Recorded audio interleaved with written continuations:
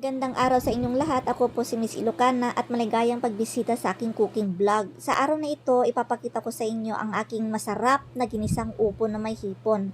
Sigurado ako magugustuhan nyo ito, kaya ano pang hinihintay natin? Tara na at simulan na natin ang pagluluto. Sa pagluluto ng ginisang upo na may hipon, sundin lang ang mga sumusunod.